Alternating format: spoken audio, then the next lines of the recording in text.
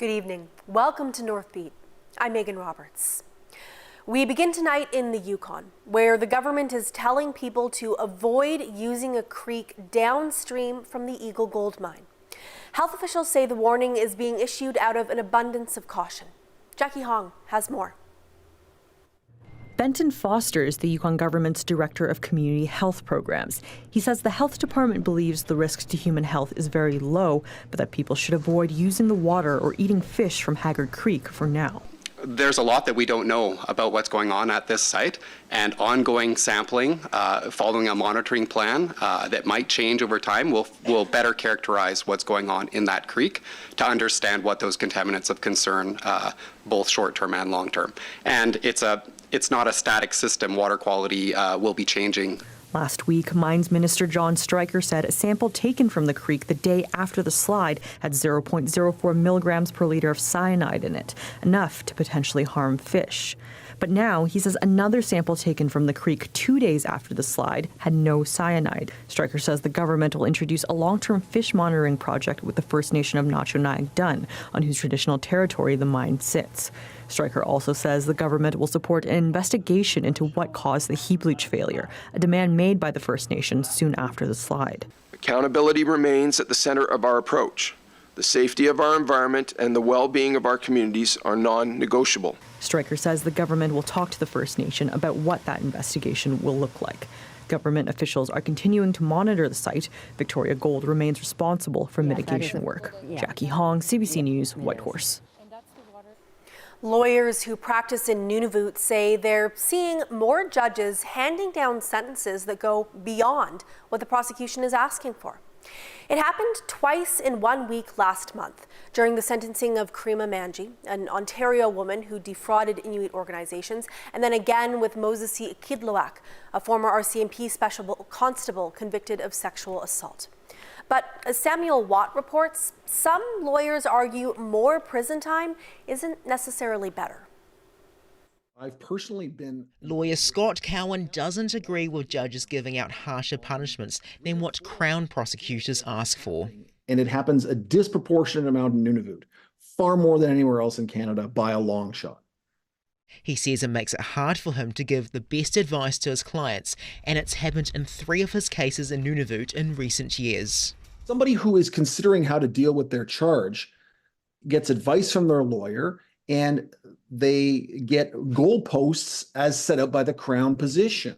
Nunavut's chief federal prosecutor Philippe Plaude says he is seeing judges upping sentencing ranges, and his office is taking note of that. Iqaluit-based lawyer Anne Crawford says many Crown prosecutors just don't spend enough time in Nunavut.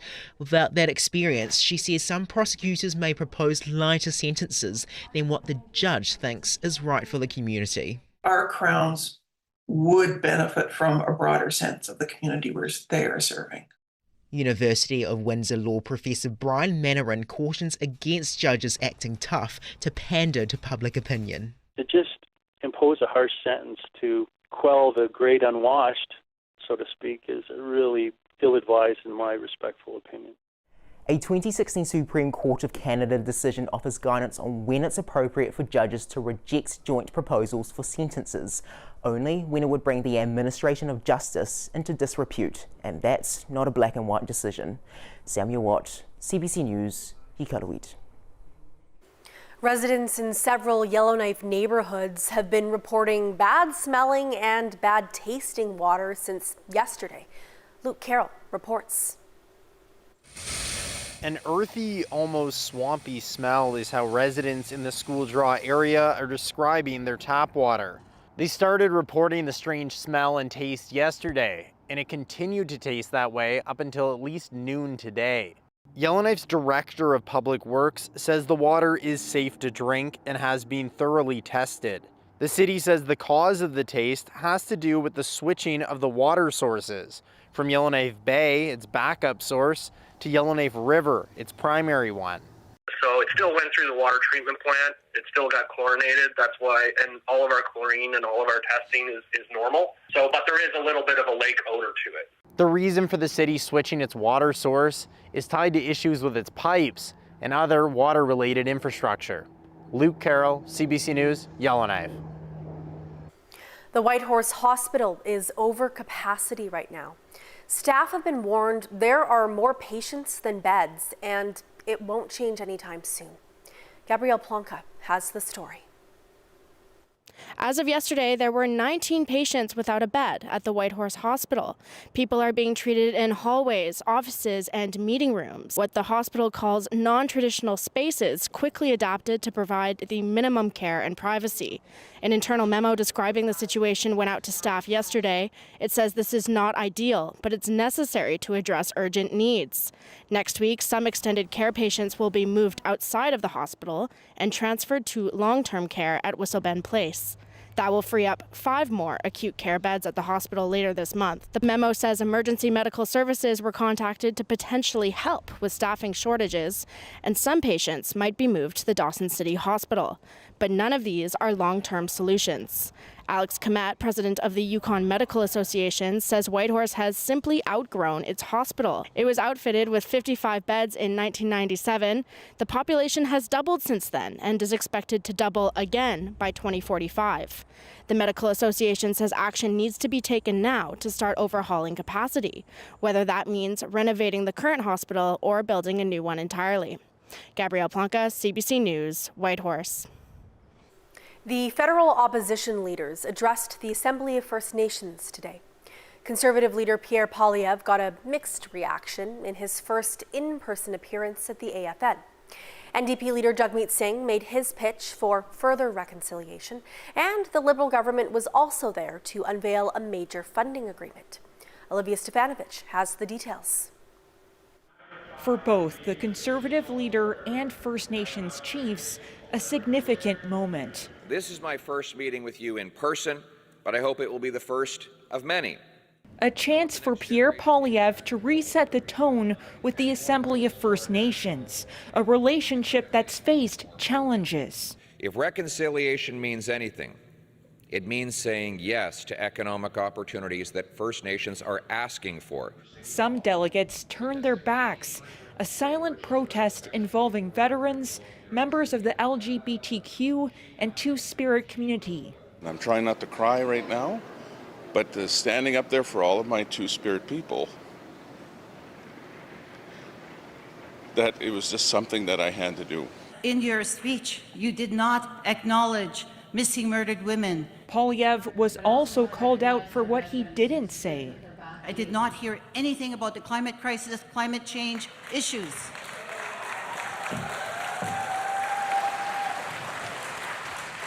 There's a hurricane in the town right now from the remnants from Burrell.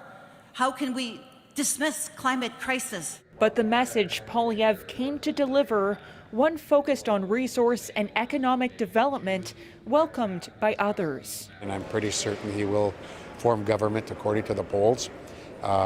And we wish him well, and we want to work with him and start building those relationships now to make sure that we get some good things going for First Nations people in this country.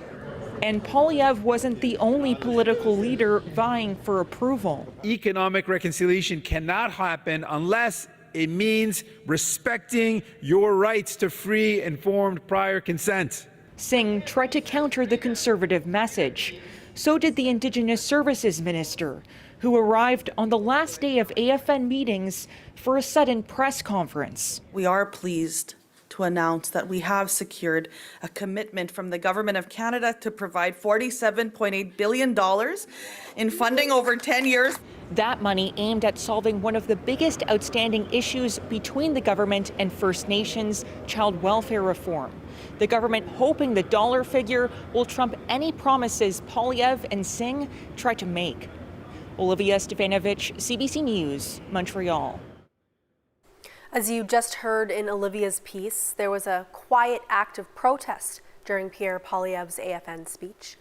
2 Northerners, alongside a handful of others, stood with their backs to the Conservative leader. Here's what they say about why they stood. Well, I'm the co-chair of the Two-Spirit Council for the AFN, and I was not planning anything today but to come in there and listen to him. But when I saw one of our veterans, one of our elders standing up with his back to Pierre Poilievre, it reminded me how Pierre Poilievre has attacked my community, my Two-Spirit community, talking about when he hides behind parental rights.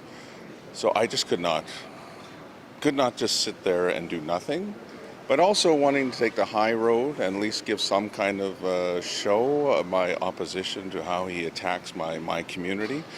We were here long before there was a Canada, and as part of who we are as Indigenous people, the Two-Spirit, and for him to attack us the way he does, and so flagrantly and publicly, that I had to show some way to him and to others that that's totally unacceptable. Mr. Poilievre is on the record, and not in a good way, of his judgmental statements about survivors of residential schools, and his judgmental statement of Indigenous peoples as a whole. They just need to have a better work ethic. Well, we've heard that for decades, hundreds of years. And in listening to his statements today, it was very much conservative speaking points. And it was a bit embarrassing, really. He came in and lectured First Nations leaders about our own history. And there was nothing there that really resonated with me. But you know what? His statements of past, has been damaging to First Nations. The Crown Indigenous relations is what we're talking about. It's not the federal government, it's the Crown. He wants to represent the Crown. The Conservative members, government of the day, diminished its relationships as the Crown with Indigenous peoples, and I saw a lot of that today. So I was really disappointed. I didn't want to be disrespectful, but obviously I stood up and I turned my back because he's turned back his back on First Nations peoples, Indigenous peoples as a whole. That was Tim O'Lone, a member of the AFN Veterans Council. He was speaking about why he stood up and turned his back to Conservative leader Pierre Poilievre during the AFN General Assembly today. Marie Wilson is best known for her role as one of the 3 commissioners who led Canada's Truth and Reconciliation Commission. The former CBC North journalist is also a mother, a grandmother, and the wife of a former residential school student. Those personal experiences helped shape the commissioner she became. In her new book, North of Nowhere, she weaves the personal and public experiences of being a Truth and Reconciliation Commissioner. The CBC's Juanita Taylor sat down with Marie Wilson at her home in Yellowknife. Let's talk a little bit about you becoming a Truth and Reconciliation Commissioner. I thought that you and the others had been appointed to these roles, so I was surprised to learn that there was a huge selection committee. It's funny, people say, well, how did you get to be a commissioner? I said, well, I applied for the job, This part of the country in the north, where the highest per capita number of residential school survivors of anywhere in the country live, I know something about that multi-generational impact. I tried really hard to bring my personal experience on a very personal level forward as a valuable asset. And what I mean by that is we had gone through struggles in our personal family, and we had turned that around. I firmly believed that if that is possible within a family, surely it's possible within a country. And in the end, what can I say? I was the lucky one who got chosen. It just felt like such an honor, but it also felt so important. And I really wanted to do it well, and I wanted us to get it right, and I wanted us to do something that could never be forgotten or dismissed. Why write this book now? I believe strongly that this was a turning point in Canadian history. I really was alone, lonely, scared. I thought sharing what I know, sharing what I have experienced, sharing the first-hand account of what happened in all those rooms as we went about our work, that is a valuable contribution to set down and to offer up and eventually to leave behind when I can't tell that story firsthand. Almost without exception, when survivors spoke to us, the thing that they focused on as being the most devastating, and I was fully prepared for that to be a story about sexual abuse, it actually wasn't. It was the moment of rupture from home, the moment of separation from family, from mother, in most cases from parent. and from the bond of where I belong. How did you, as one of the 3 commissioners who had to sit and listen at all those hearings and at all those national events, how did you keep it together? Mm-hmm. Well, you know, one of the things I learned, and I learned it in a crisis moment where I did start to lose it. You know, I could feel myself kind of going underwater, as it were. I was going to start crying outwardly.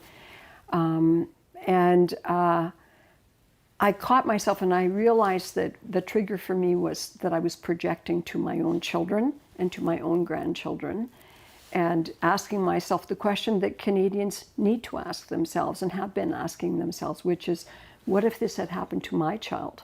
What if this had been my kids they took away and I didn't get to raise? The response of the survivor who was speaking to me is that they immediately stopped talking. And I thought, I cannot be the one who prevents that person from sharing fully what they came here to say today. So I've got to get my act together. And I kind of flipped a switch and did that and carried on from there. And that day taught me an important lesson that I must not let myself slide there. You talk about bringing, you know, unique perspectives into the commission. As one of 3 commissioners, you are married to a residential school survivor. Talk to us a little bit about that. It's a particular thing to live with some of the aftermath of the schools that comes into homes, whether it's inability to express emotions, or whether it's challenges communicating because you weren't allowed to express yourself or to talk about anything. You were constantly shushed. In my case, it was through my husband, but also through our extended family, because there are many residential school survivors in our family. Can you share with us just how you balanced being a TRC commissioner and also the wife of a residential school survivor? It's kind of stereotypical, but gee, honey, I had a hell of a day at the office, you know? You can't come home with that, because my day was all about things that could be triggering to my husband. I really relied on the health supports that were available because I couldn't take that home. You were there with him when he shared his story at a TRC hearing, and that was it was very touching to learn that. Mm-hmm.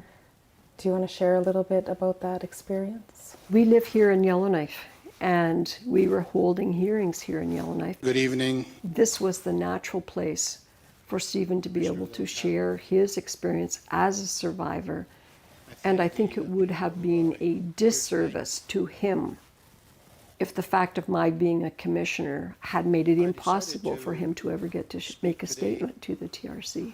My co-commissioner, Chief Littlechild, was here with me, and so we talked about it will all be in the scheduling. I got up from the table and walked around. Stephen came up and I sat beside him and he gave his statement. And that's how it was. It was a very sacred time. Was there ever a time during the TRC that you just wanted to quit? Did you ever think that you couldn't follow through what your I never once responsibilities were? thought of quitting. There were days, for sure, when I thought, what if this doesn't make any difference? Is anyone actually taking this to heart besides ourselves?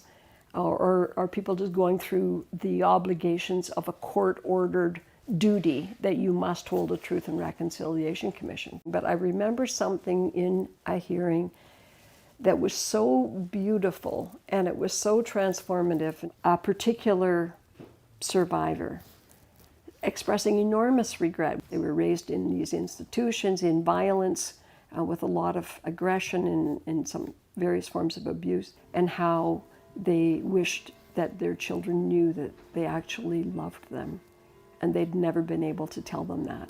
And then this young woman who's at the back of the room, for a parent who's speaking to us who doesn't know that child is there, coming forward and sitting down beside their parent, and an opportunity for those two, parent and child, to say, I love you, I love you.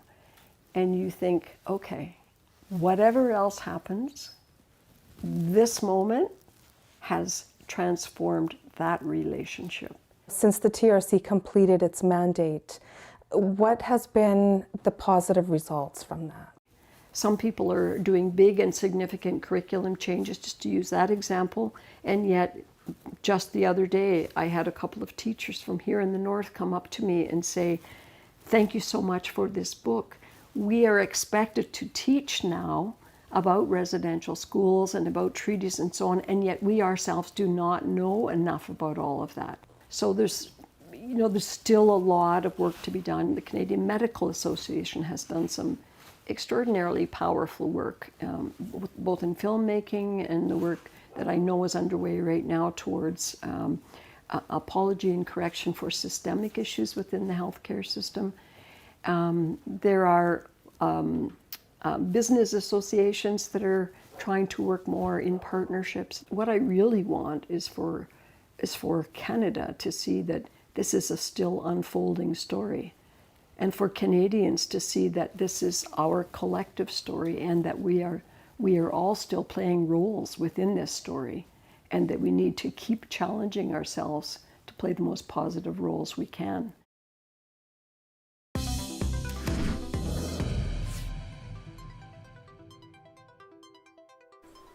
Yellowknife stopped selling its compost to the public in 2021.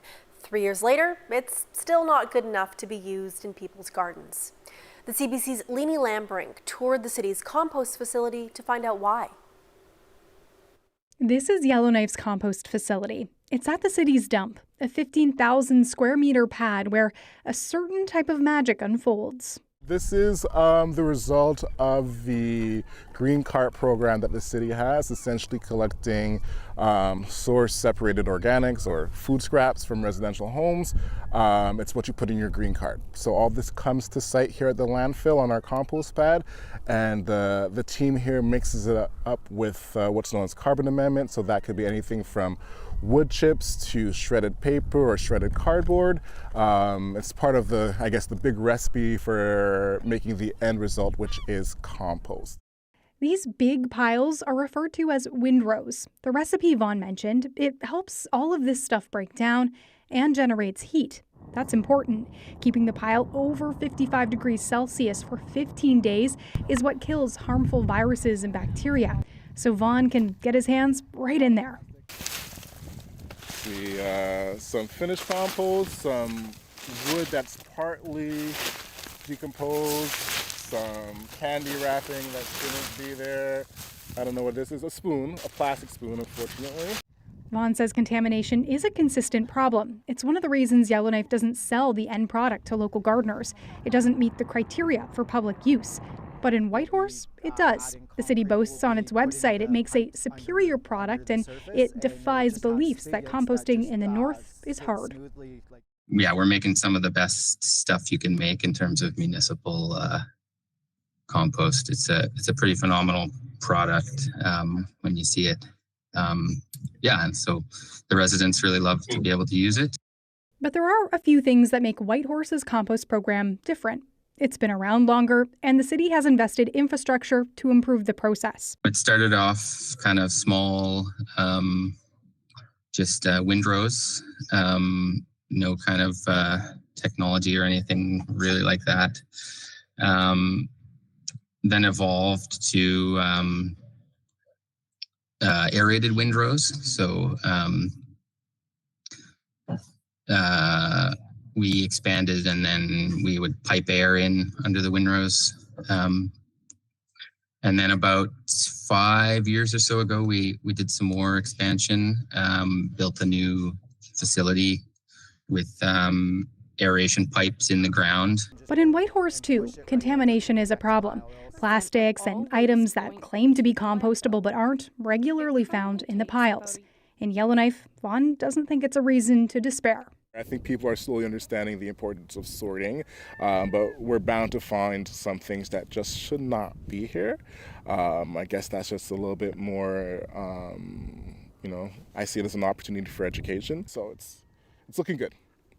Although it may not look like it is looking good, right? So I think people should be proud of this program. It's probably one of our more successful diversion programs. Vaughn says educating the public about what can and can't go in green bins like this is tough, but the city does what it can. Reminders on social media, campaigns, and actually checking what people are throwing into these bins. Let's take a look. Okay, so this banana peel, that belongs in the green bin, but this Tetra Pak juice box, it doesn't. Vaughn says that the city is hoping to sell its compost again, but whether or not it does depends on the results of some quality testing. It's going to be sending samples away to do that testing sometime this summer. Bellini Lambrink, CBC News, Yellowknife. Inuvik elder Rose Kirby is celebrating the completion of her memoirs. A pre-launch event was held today at the Great Northern Arts Festival, and the book is set to be published later this summer.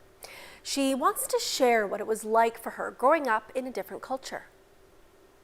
I want them to take home the healthy, strong environment we lived in before the time of the schools and the hospitals and things like that. Kirby was born in Paulatuk, but has called Inuvik home for the last 50 years. She started writing the book 30 years ago. The book is called Kanayuksuka, the Spirit of Winter Storms. It starts with a story from her mother about the tidal spirit who controls the winds. She shares stories of growing up and how she saw her world change. Kirby worked with Tusayaktak magazine to edit the book, and it'll be available for purchase later this summer.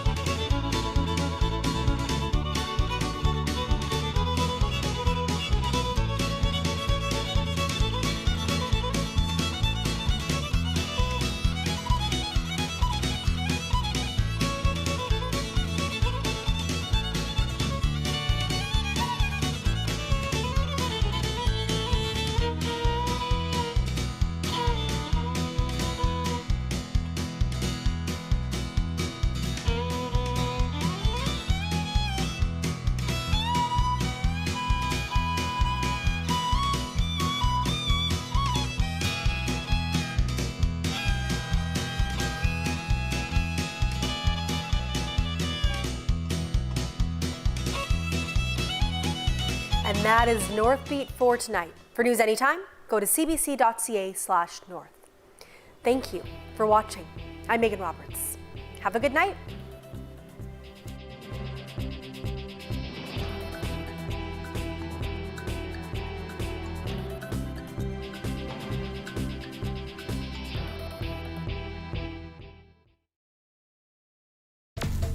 Her particular skill set can be helpful to us. She's a con artist. Instead of using your talents for crime, you'll be playing on our team. I'm a cop. You're not a cop. You have a badge? Not yet. A gun? Soon. Not ever. I need to get off that boat and back to being a full-time detective, and you need to stay out of prison. The best way we do that is to keep our heads down and do as we're told. 90,000. 90,000. The department will cover it, right? No, they won't.